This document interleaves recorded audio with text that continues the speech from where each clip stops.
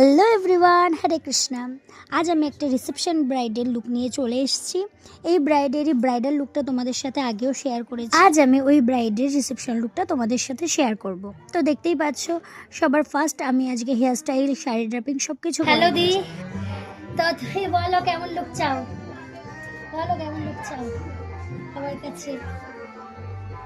আগের দিন বিয়ের দিন খুব ভালো হয়েছিল, তোর পছন্দ মতন সেভাবে করে দিবি, এটাই আর কিছু নয়। আমার পছন্দ মতো? হ্যাঁ। আচ্ছা চলো, একটা ফ্লাওয়ার বান করা হয়ে গেছে, এবার দেখি ফুল লুকটা কেমন হয়। এখন বলছে পছন্দ মতো, পরে বলবো বোন এটা করে দে, বোন ওটা করে দে।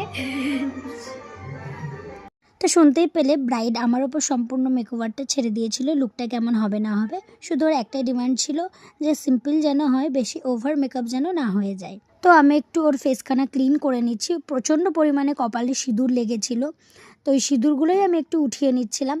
সিঁদুরগুলো ক্লিন করার পর আমি ওর মেকওভারটা স্টার্ট করব। লিপস্টিক পরেছিল, সেটাও ক্লিন করে নিলাম। চোখে কাজল ছিল, কাজলটাও আমি ক্লিন করে নিলাম। ক্লিন করবার পর আমি স্কিন প্রিপারেশন স্টার্ট করব। তো দেখতেই পাচ্ছ, কাজল উঠছেই না, এত পরিমাণে কাজল লেগে। আমার একটাই রিকোয়েস্ট ব্রাইডদের কাছে, যে আমি মেকআপ স্টার্ট করার আগে একটু তোমরা যদি কাজল বা সিঁদুর ছড়িয়ে ছিটিয়ে থাকে পুরো ফেসে, সেটা একটু ক্লিন করো। আমাদের ক্লিন করতে কোনো অসুবিধা নেই, কিন্তু তোমরা যদি ক্লিন করে রাখো তাহলে আমাদের মেকওভারটা করতে একটু তাড়াতাড়ি হয়, তাড়াতাড়ি তোমাদেরকে আমরা রেডি করতে পারি। তো যাই হোক, আমি স্কিন প্রিপারেশান স্টার্ট করে দিয়েছি। দেখতেই পারছো স্কিন প্রিপারেশান করেছি। ফার্স্টে আমি টোনার দিয়েছি, দেন আমি ময়শ্চারাইজার দিয়েছি, প্রাইমার দিয়েছি, কালার কারেকশান করেছি, দেন ফাউন্ডেশনও অ্যাপ্লাই করে দিচ্ছি। যাই হোক, ওই ভিডিও ক্লিপগুলো আমার নেওয়া হয়নি তাড়াহুড়োর মধ্যে।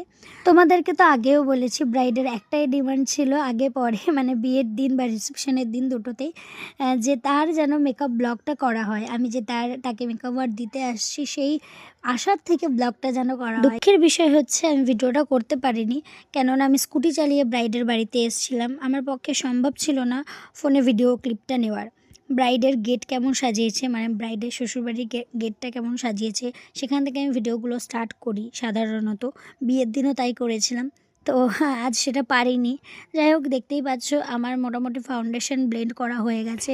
এরপর আমি কনসিলার দিয়ে হাইলাইট করে নিচ্ছি হাইলাইট পয়েন্টগুলোতে। তোমাদের একটা রিকোয়েস্ট, যাদের আপার লিপ আছে বা ফেসে প্রচুর পরিমাণে পশম রয়েছে, তারা যদি একটু ফেসটা ক্লিন করো, আমাদের মেকআপ করতে খুব সুবিধা হয়।